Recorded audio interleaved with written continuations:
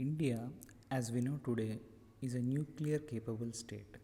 That is, we possess nuclear weapons which can be used, which can be deployed at times of aggression, external aggression like wars.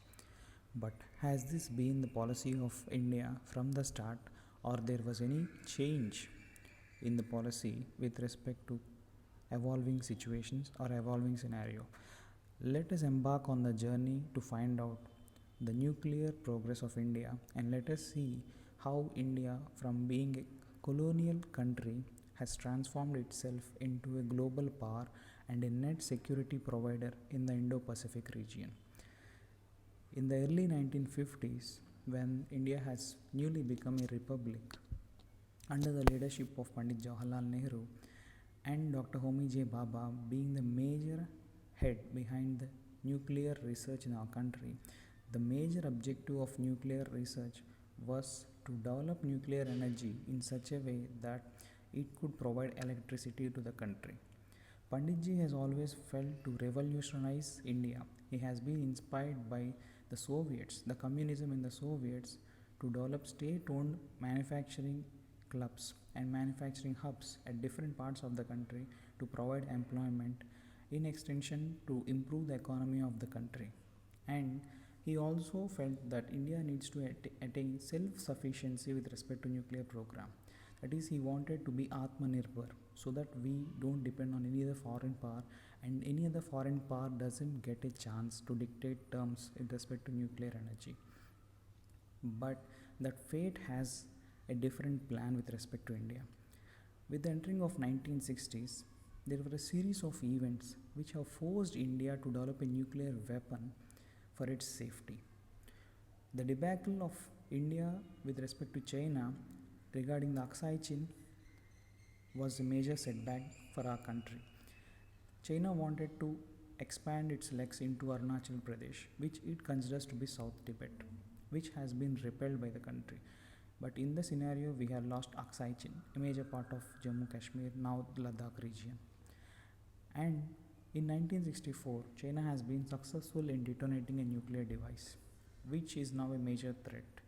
Imagine a country which has just become a republic and it has fought a war with one of its neighbors, and now its neighbor is capable of deploying a nuclear weapon against you. That is a horrific scenario for any country.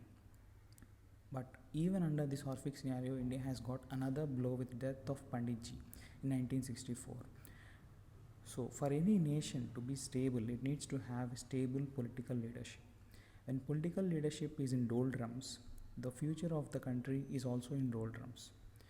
At this point of time, Lal Bahadur Shastri has taken upon the responsibility on himself to fix the path of our country and secure a bright and prosperous future for our people and this nation. In this background, we also fought a war with Pakistan in 1965. For more details of Indo-Pak War of 1965, please check out my previous video, to which the link is provided above. Then in 1966, post the war with Pakistan, under mysterious circumstances, the most brave leader of the country, Lal Bahadur Shastri, has passed away. And one of the key architects of India's nuclear program, Dr. Homi J. Bhabha, was also found dead in a plane crash. So these both deaths are questionable even today. They are not ordinary people. They are some high profile persons, a prime minister of a country and a nuclear scientist of a country, both dead in the same year under mysterious circumstances. In 1966, there were only 5 countries who were nuclear capable: US, UK, USSR, France, and China. And we are the enemies of China and Pakistan. But 2 major people of our country dead in foreign lands. Lal Bahadur Shastri was killed in Tashkent, and Homi J. Bhabha was killed in a flight accident. These mysterious deaths were unresolved even till date, and we do not know the country who are actually responsible for these deaths. Coming back to the nuclear journey of our country, in 1967, Indira Gandhi has taken the guard of our country, and she has upheld the political system. Seeing all the scenario of the country and deteriorating security circumstances, she has decided to proceed on the journey to acquire a nuclear weapon so that the country's security and the future is secured. In 1972, there were fifth general Lok Sabha elections where Srimati Indira Gandhi has become Prime Minister of the country. So as we can see, post death of Lal Bahadur Shastri, the political leadership of the country was stable. Srimati Indira Gandhi was at the guard of the country being the Prime Minister. So in 1971, we have one more war, the Bangladesh Liberation War with respect to Pakistan, where East Pakistan was liberated under the clutches of West Pakistan, and a new nation, Bangladesh, the land of Bangla, has been created by India. Under all these circumstances, now India's fate depends upon its success with respect to a nuclear weapon.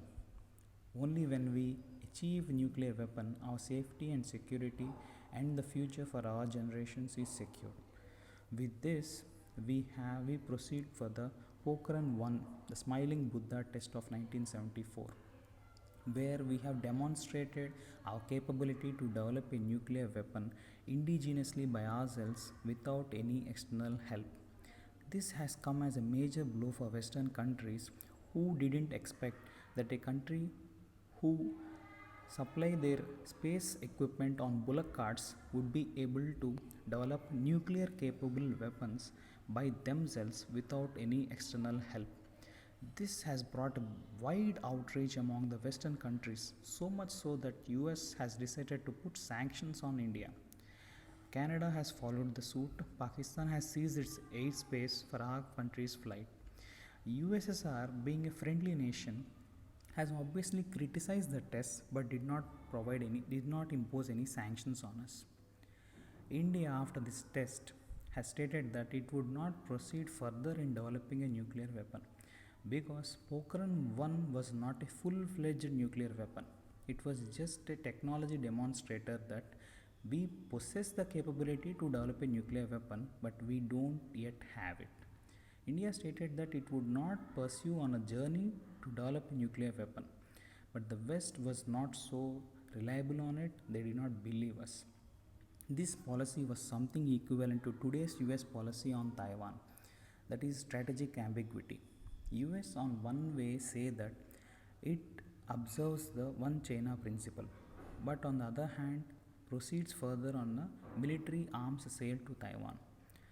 So the same policy has been adopted by India in 1974, where we have tested a nuclear capable device to prove that we are capable to develop a nuclear bomb. On the same hand, we say that we are not going to develop a nuclear weapon. But after the Kargil war and all other aggressions, Indian political leadership has decided to proceed on to develop a nuclear capable weapon because we cannot trust Pakistan. In the backdrop of this 1970s 1980s, USSR was engaged in Afghanistan. Now US wants Pakistan's support in order to drive away USSR from Afghanistan. So US has turned a blind eye to Pakistan, where Pakistan has procured nuclear weapons from China. In order to counter this, the then Prime Minister Atal Bihari Vajpayee ji has decided to go on further and develop a full-fledged nuclear weapon and test it at Pokhran 2. That is under Operation Shakti, we have detonated 5 nuclear bombs, 1 fusion and 4 fission bombs on May 1998.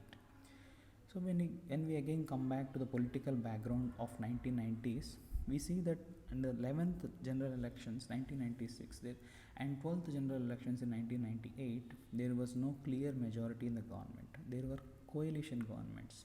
As I have said earlier, the political leadership needs to be stable for a country to progress. So without a stable political leadership, the future of the country is in doldrums. In 1999, the 13th Lok Sabha elections have given a clear majority to the then Bharatiya Janata Party, and we have back Atal Bihari Vajpayee ji as the Prime Minister, who was the first to be sworn in as the Prime Minister consecutively for 3 times after Indira Gandhi. So he has decided that he should proceed further to develop a nuclear weapon, and they were tested at Pokhran. Pokhran is is a place in Rajasthan. The name of Pokhran means the land of 5 mirages. So Incidentally or coincidentally, 5 detonations were made at that region, and India from that day has become a nuclear capable country, nuclear weapons capable country. So in the image we can see the 5 test places where 5 bombs have been detonated underground, and we can see Dr. Abdul Kalam and Sri Vajpayee ji and Sri George Fernandez, who was the defense minister of 1998. Post the Pokhran tests, India has been achieved. India has, the way the world looks at India has changed. India is now a global power. It is a regional power and it is a nuclear power. Countries have now decided to engage with India rather than confront India. The nuclear power has brought deterrence to us from any external aggression.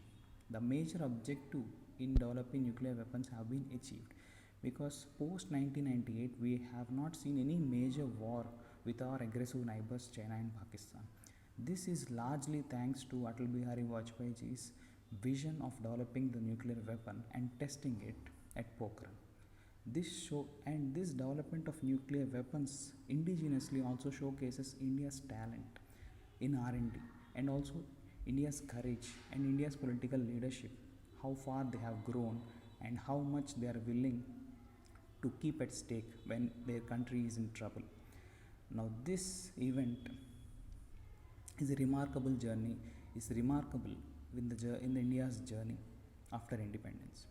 And it has often been remarked that in 1947 we got the political freedom, and in 1990s we got economic freedom with the liberalization, privatization and globalization under P.V. Narasimha Rao, which will be a topic for our next video. And post 1998 we got technological freedom. So in order to commemorate this, May 11th is celebrated as National Technology Day. So as Vajpayee ji has said, our nuclear weapons are meant purely as a deterrent against nuclear adventure by an adversary, not to initiate the attack but to prevent anyone from launching any attack against us. So that has been a large success, and our policy of nuclear weapons is also a no first use policy. That is, we will not be the first country to initiate a nuclear war. We only will respond in kind. And post 1998, India has voluntarily imposed a ban on further tests of nuclear weapons. We are still in the process of using nuclear energy for electricity, medical resources and research, but we are on a ban with respect to developing any further nuclear weapons or testing them. So if you find the video informative, please subscribe to my channel.